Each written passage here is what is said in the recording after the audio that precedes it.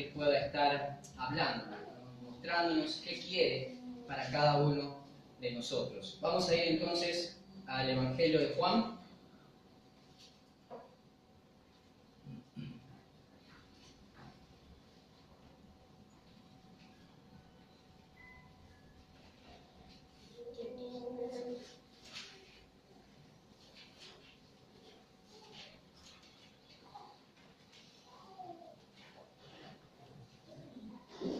Evangelio de Juan, capítulo 13.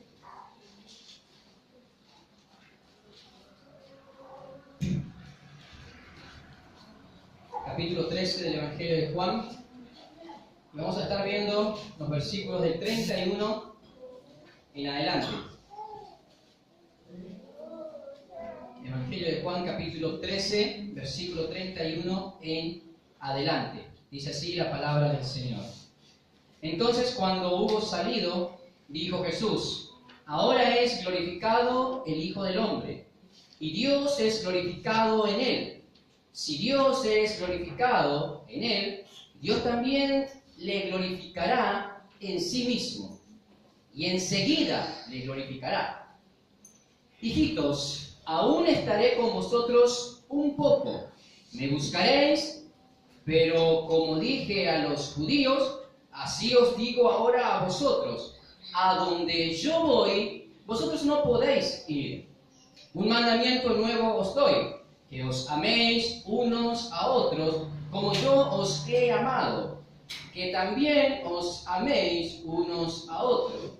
En esto conocerán todos que sois mis discípulos, si tuviereis amor los unos con los otros. Versículo 36. Le dijo Simón Pedro: Señor, ¿a dónde vas? Jesús le respondió: a donde yo voy, no me puedes seguir ahora, mas me seguirás después. Le dijo Pedro: Señor, ¿por qué no te puedo seguir ahora? Mi vida pondré por ti. Jesús le respondió: ¿tu vida pondrás por mí? De cierto te digo, no cantará el gallo sin que me hayas negado 3 veces.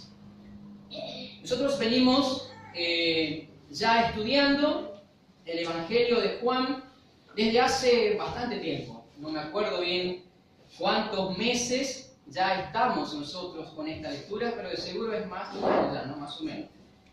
Y estamos haciendo unas series del Evangelio de Juan, una predicación expositiva, viendo versículo por versículo, para poder entender mejor este Evangelio y quién es Jesucristo, ya que el Evangelio de Juan nos está mostrando quién es Jesús, por qué vino al mundo y para qué vino al mundo el Señor Jesucristo. La semana pasada estuvimos hablando sobre la traición de Judas, lo que él iba a estar haciendo horas más tarde. Él iba a entregar en manos de los judíos, justamente, los fariseos, los escribas, ante el Sanedrín. Pero esto no queda allí, ¿no? Sino que podríamos decir, unas horas después, el Señor Jesucristo iba a estar enfrentando lo que Él había venido a hacer en el mundo, la cruz. Entre lo que es la traición de Judas, que viene a ser Judas entrega al Señor Jesús para que el Señor Jesús sea crucificado, y más adelante lo que acabamos de leer, versículo 38 o 36 en adelante, la negación de Pedro. Vemos nosotros al principio la traición de Judas, y vemos al final de este capítulo, en el mismo capítulo, capítulo 13, la negación de Pedro. Y en medio podemos ver algo interesante. Si a nosotros nos tuviera que pasar esto, si nosotros tuviéramos que enfrentar una situación en donde en el mismo momento, a la misma hora, una persona me traiciona, entregándome quizás ante la policía por algo que yo no hice, y a la vez en el mismo momento, en la misma hora, otra persona, en este caso podríamos poner algo muy cercano, mi esposa, niega que yo soy su esposo. me niega completamente. En el mismo momento. ¿Qué será lo que pasaría por mí o por ustedes si tuviéramos que enfrentar una situación así? Sería muy difícil. El Señor Jesús sabía lo que iba a suceder con él. Que Judas lo iba a entregar. Que Pedro lo iba a negar. Y que más adelante los discípulos lo iban a abandonar a su suerte. Lo iban a abandonar a Jesús cuando Jesús sea arrestado. Y en todo eso, mire usted lo que el Señor va a estar pensando en ese momento, cuando su mente tendría que estar pensando en renunciar, quizás enojado por lo que Judas le iba a hacer y porque Pedro le iba a negar, quizás fastidioso, quizás en un momento de depresión y de angustia, decir, bueno, voy a renunciar, porque si los mismos apóstoles, los que están conmigo, me hacen esto, ¿y qué puedo esperar de los demás? A lo mejor podría pensar eso, de renunciar a lo que él tenía que hacer. Quizás algo podría pasar en el Señor, ¿no? Estas cosas les podrían llevar a pensar muchas cosas al Señor. Pero sin embargo, el Señor Jesús tenía bien claro su meta y su atención bien precisa a dónde tenía que estar. No estaba en unos sentimientos divididos y unas emociones completamente que tambaleaban, sino que él estaba seguro de lo que iba a hacer. Y el versículo 31 nos muestra realmente qué le importaba a Jesús, qué realmente era su propósito. Desde el versículo 31 en adelante, nosotros podemos encontrar el primer punto. El título es Amor más allá de la traición, y con este título venimos ya desde el domingo pasado, donde Judas traiciona al Señor, y el Señor muestra diferentes indicios, quizás de oportunidades para que Judas se arrepienta, cuando aún nosotros ya sabemos que era imposible que Judas se arrepienta, porque ya estaba predestinado, ya estaba en la soberanía de Dios y en el decreto de Dios, que Judas traicionara y entregara a Jesús. Pero también veíamos la responsabilidad del hombre, la responsabilidad que caía en Judas por hacer eso. No es que Dios lo trató como un títere a Judas para que traicionara a Jesús. No, Judas quiso traicionar a Jesús. Decidió traicionar a Jesús. El subtítulo del mensaje es La gloria de Dios y sus instrucciones, ya que también vamos a estar viendo esto. Y precisamente la gloria de Dios. Y el primer punto es de qué manera el Señor da y muestra esas instrucciones, ¿no? Y de qué manera podemos ver la gloria de Dios en estos pasajes. Número 1, podemos ver en dar la gloria al Padre. Cristo va a estar dando la gloria a su Padre. Versículo 31 y versículo 32. Entonces, cuando hubo salido, dijo Jesús. ¿Quién salió? Judas. Judas, versículos anteriores, sale. Se va a buscar a los fariseos para poder hacer el acuerdo con los 30 monedas de plata y poder entregar a Jesús. Entonces sale Judas del aposento alto y dice el pasaje, cuando hubo salido, dijo Jesús, ahora es glorificado el Hijo del Hombre y Dios es glorificado en él. Es como que el Señor Jesús esperó el momento que Judas se fuera. Es más, los versículos anteriores, Jesús le dice a Judas, Judas, lo que vas a hacer, hazlo pronto. Entonces, ¿qué sucede en ese momento? Satanás viene a Judas. Judas se va a hacer eso. En el momento que Judas sale del aposento alto, ¿qué sucede? Un pastor dice, un predicador, es como que el Señor Jesús se desahoga, como el que el Señor Jesús hace un suspiro.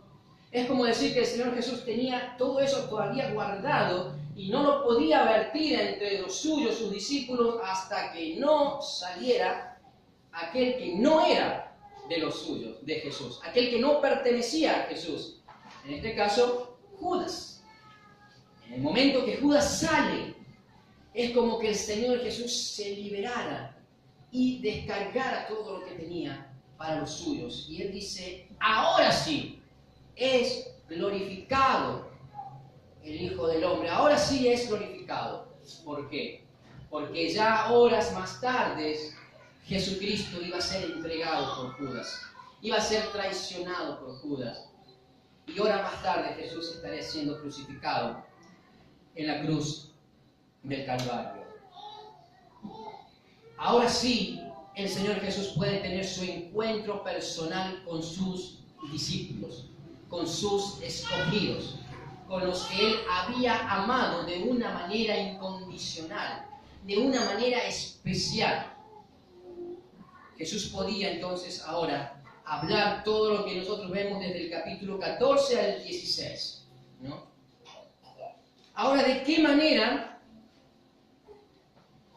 Nosotros vemos en el versículo 30 que el Padre y el Hijo son glorificados, pero ¿de qué manera?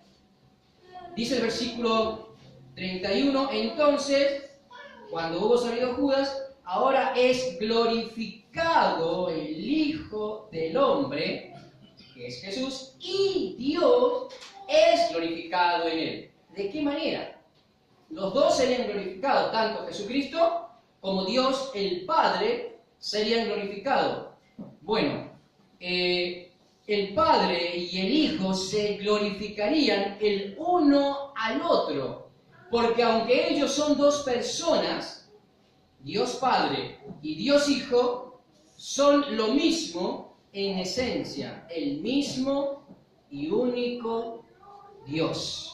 El Padre, el Hijo glorificando al Padre y a la vez en esa misma gloria el Padre glorificando al Hijo y viceversa.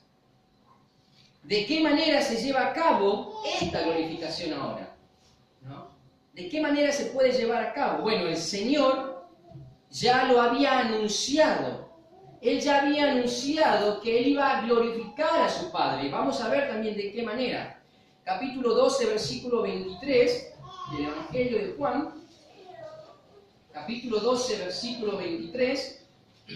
Hay más, unas hojas atrás. Dice la palabra del Señor.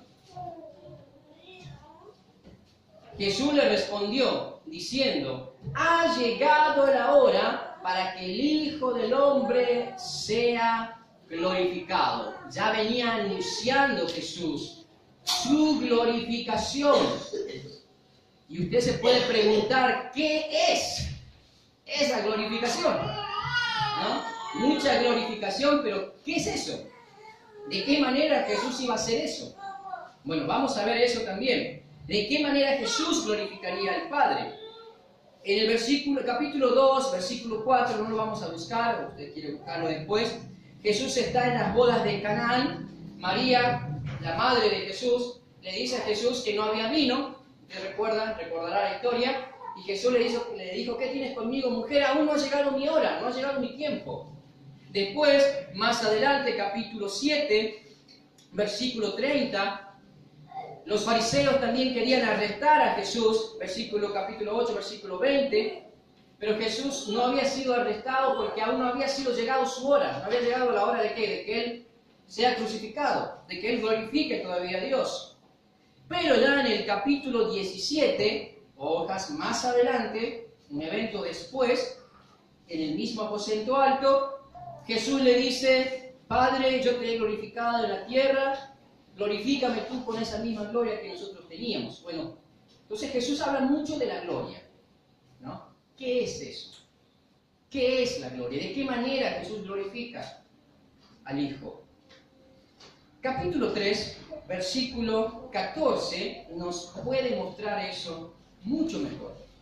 Capítulo 3, versículo 14 del mismo Evangelio de Juan. Capítulo 3, versículo 14, dice así, y como Moisés levantó la serpiente en el desierto, así es necesario que el Hijo del Hombre sea levantado.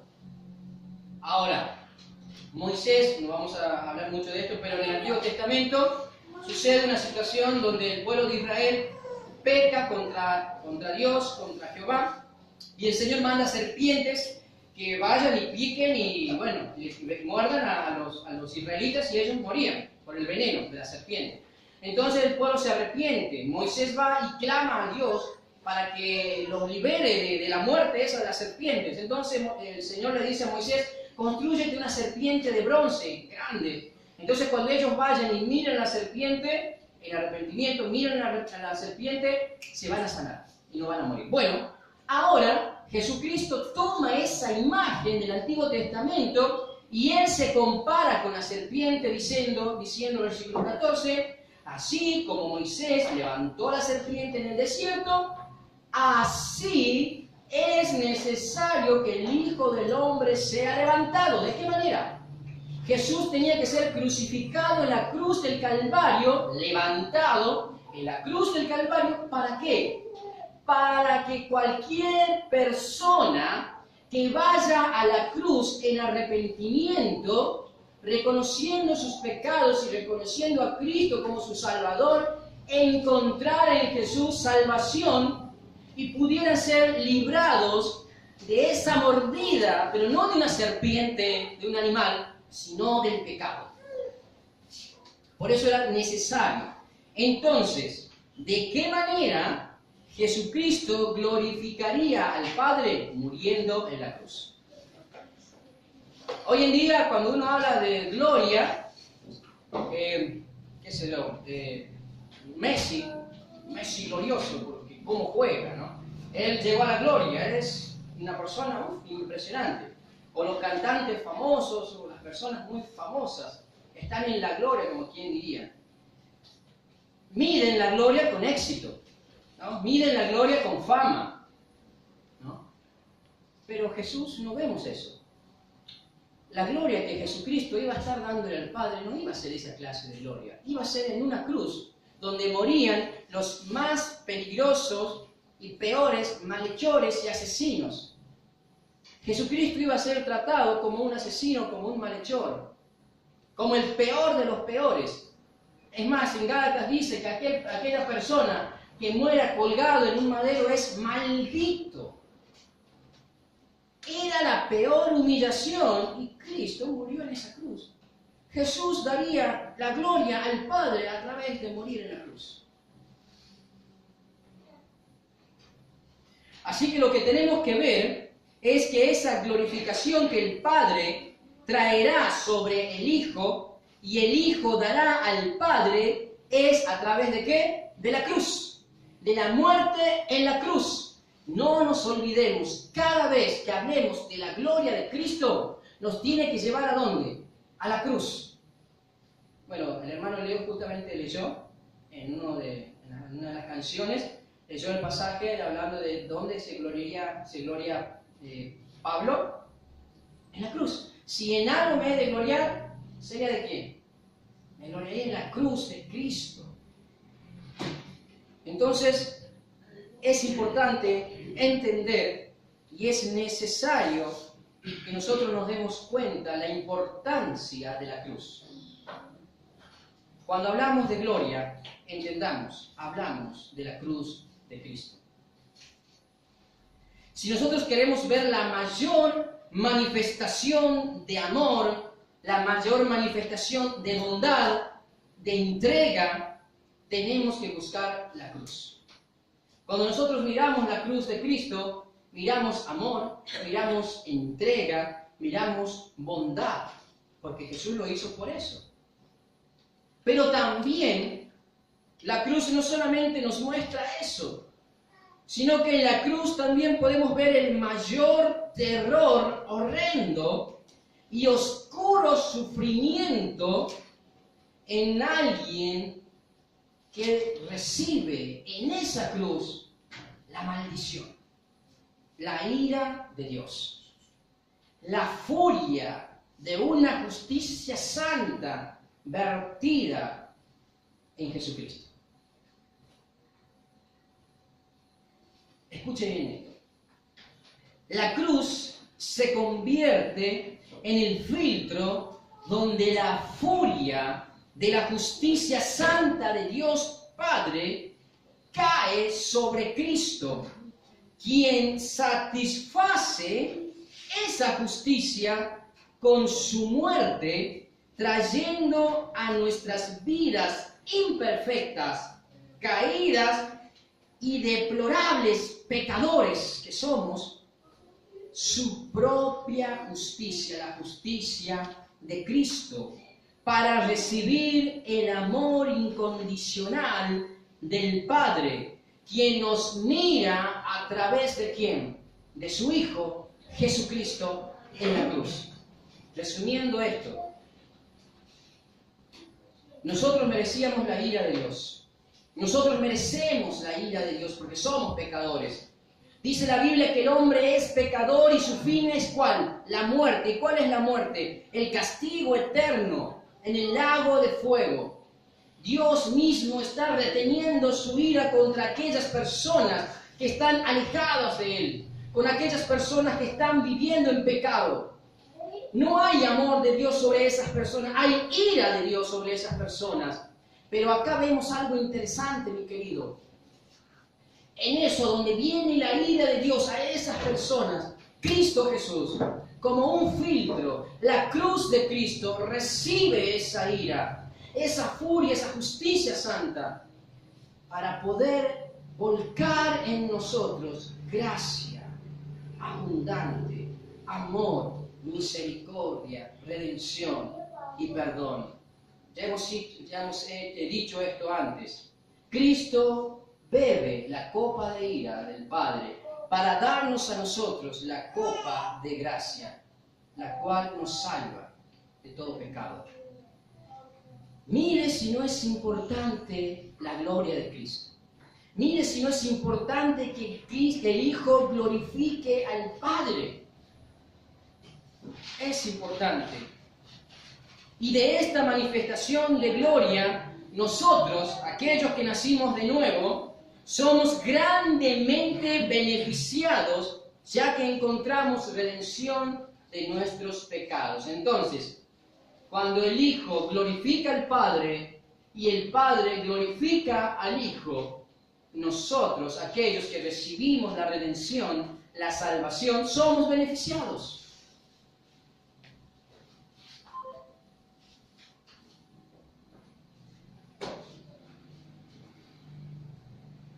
¿Cómo no llegar delante de nuestro Dios en gratitud, en agradecimiento? ¿Cómo no darle la gloria y la honra a aquel que recibió completamente el castigo por nosotros? Él murió por ti, Él murió por mí. Él llevó tus pecados, Él llevó mis pecados en la cruz. ¿Por qué? Porque nosotros no podemos ir a Dios porque estamos en pecado. Es imposible que el hombre pueda ir a Dios si antes Jesús no hace una obra en esa persona. Si Cristo no hizo la obra en tu vida, tú no puedes ir a Dios. Por eso es necesario que vayas a Cristo en arrepentimiento, para que Él te libere de esos pecados, puedas encontrar perdón y gracia. Ahora, el propósito de Jesús era glorificar a su Padre, y lo hizo a través de ¿qué? De su obediencia. Él fue obediente hasta la muerte, y muerte de cruz, nos dice el apóstol Pablo. Cristo fue obediente, y en esa obediencia Él glorificó al Padre. Juan capítulo 17, cuando Jesús ora al Padre, justamente el Señor le dice: yo te he glorificado en la tierra. ¿Y de qué manera le glorificó? Cumpliendo la voluntad del Padre. Ahora, la pregunta es, si el propósito de Cristo era venir a la tierra para cumplir la voluntad de Dios, ¿cuál debe ser nuestro propósito? ¿Cuál debe ser tu propósito y el mío? Salmo 115:1, vamos a ir ahí. Salmo 115.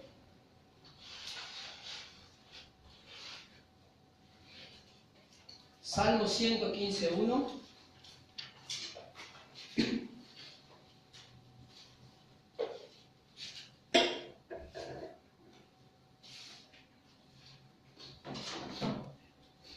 Salmo 115:1 dice, no a nosotros, oh Jehová, no a nosotros, sino a tu nombre da gloria. Hay algo curioso que llama la atención e interesante en este pasaje. ¿Qué es lo que es? ¿Qué es lo que usted encuentra repetido en ese pasaje? Hay un énfasis en unas palabras. ¿Cuáles serían esas palabras? No a nosotros. ¿Por qué el salmista lo dice 2 veces? ¿Por qué enfatiza en estas palabras? No a nosotros.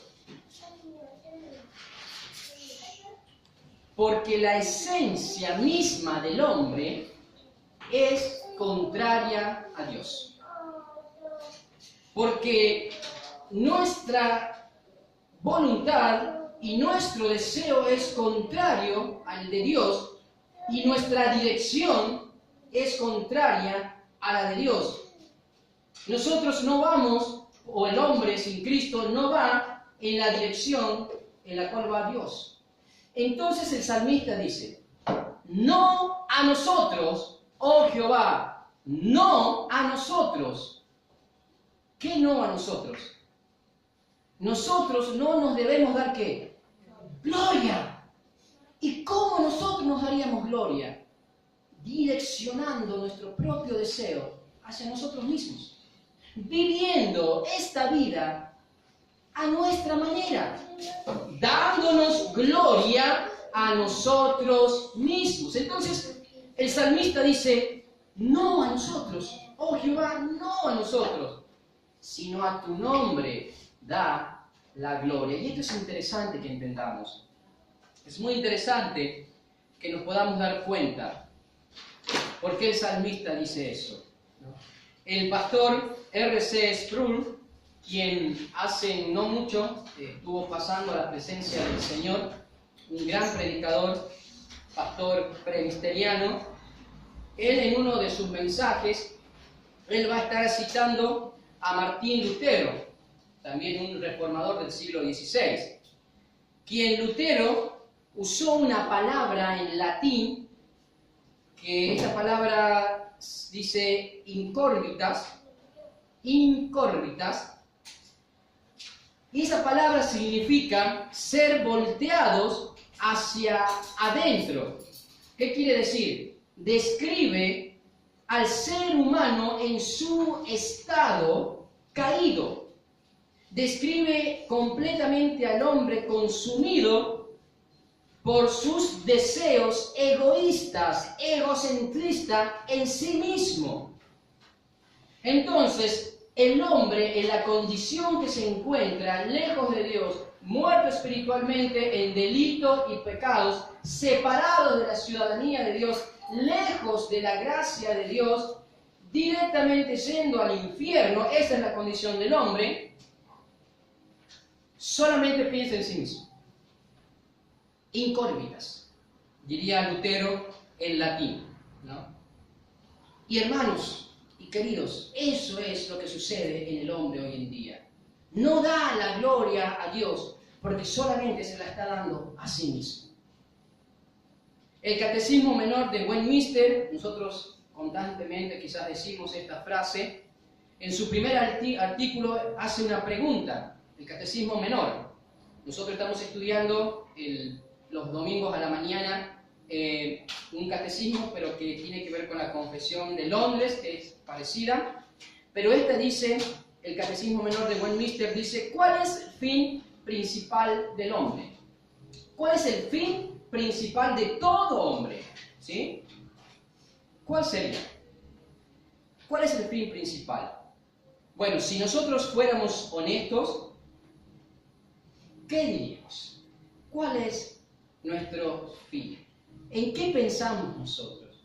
¿Cuál es nuestro deseo? ¿Cuáles son nuestros proyectos, nuestros anhelos?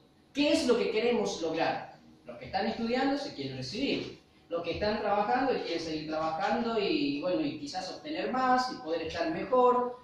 No sé, siempre proyectamos a algo más. En el caso de mi esposa y yo, poder cada día construir más la casa o refaccionarla cada vez más, ¿no? cosas así. Siempre tenemos nosotros un fin, siempre tenemos una idea, un ideal de lo que queremos hacer.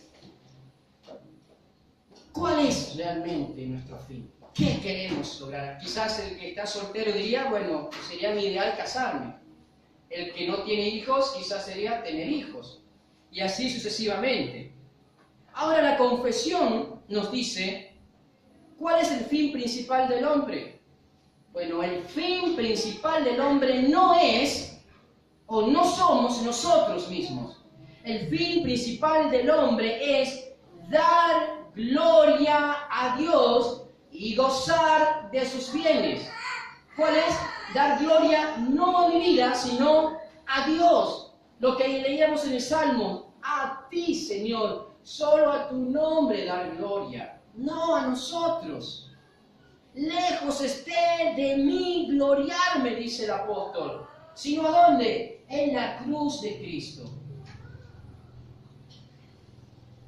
Hay un compositor muy famoso llamado Johann Sebastian, quien fue criado en la fe reformada, ¿no? Luterana. Y este compositor y músico muy famoso, él escribía canciones e himnos para las iglesias cristianas, pero también para los reyes que querían escuchar de sus sintonías, de sus melodías.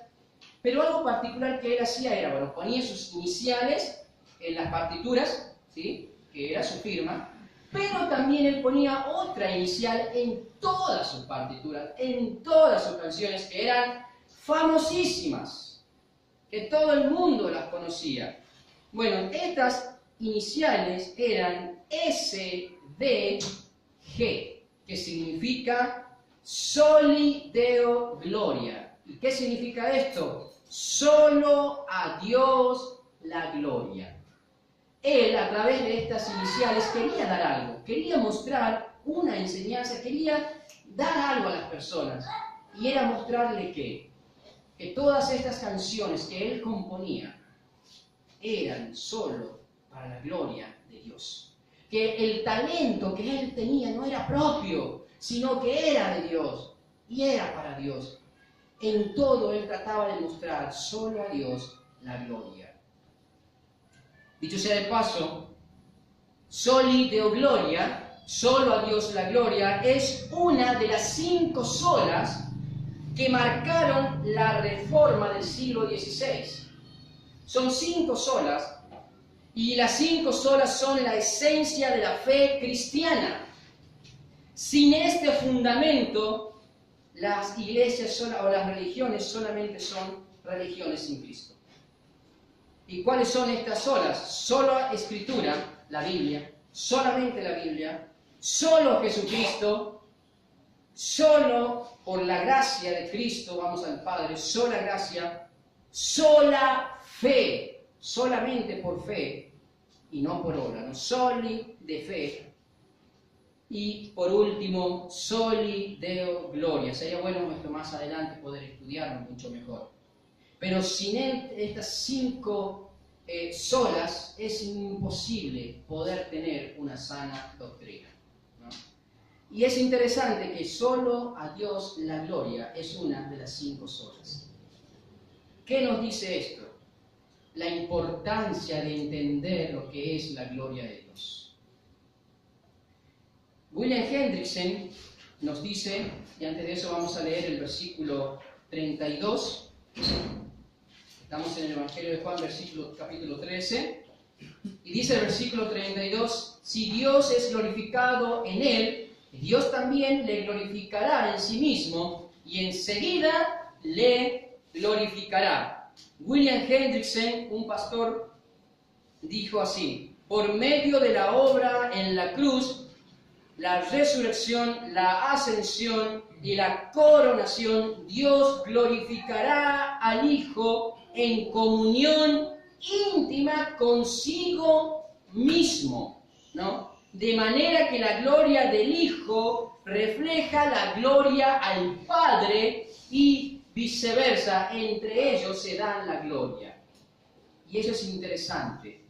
Cristo solamente quería cumplir su propósito, dar la gloria a su Padre. y su Padre daría la gloria a su Hijo a través de lo que el Hijo haría. Qué bueno esa unión, esa comunión. Y eso es lo que Cristo nos quiere mostrar en los siguientes pasajes. Versículo 33 en adelante: hijitos, aún estaré con vosotros un poco. Me buscaréis, pero como dije antes, o como dije a los judíos, así os digo ahora a vosotros: a donde yo voy, vosotros no podéis ir. Número 2. Lo que el Señor nos va a estar dando ahora, ¿qué es? El Señor va a estar dejando instrucciones a sus apóstoles.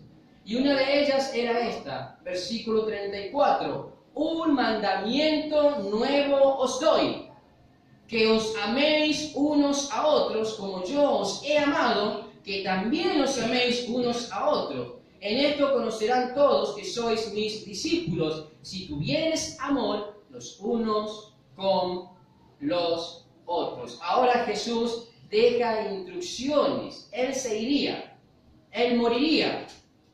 Si bien es cierto, resucitaría, pero volvería a ascender al cielo. Y ellos se tendrían que quedar con las enseñanzas, con el legado que el Señor les dejaba, con el ejemplo que el Señor les dejaba. Ustedes deben amarse, pero no amarse con el amor que ustedes conocen, no. Él les dice: un mandamiento nuevo les doy. Se deben amar, pero ¿cómo? Como yo los amé a ustedes. ¿Y de qué manera nos amó Jesús? ¿Cómo nos amó Jesús? ¿Él nos amó de la manera que nosotros nos amamos? No. No. Porque dejaría mucho que desear. Jesús nos amó a pesar de que nosotros le traicionáramos. Jesús nos amó a pesar que nosotros le negáramos. Jesús nos amó a pesar que nosotros le abandonáramos.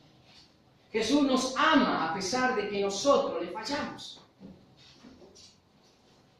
El amor de Cristo para sus hijos, sus escogidos, es incondicional. Y Cristo quiere que nosotros nos amemos de esa manera.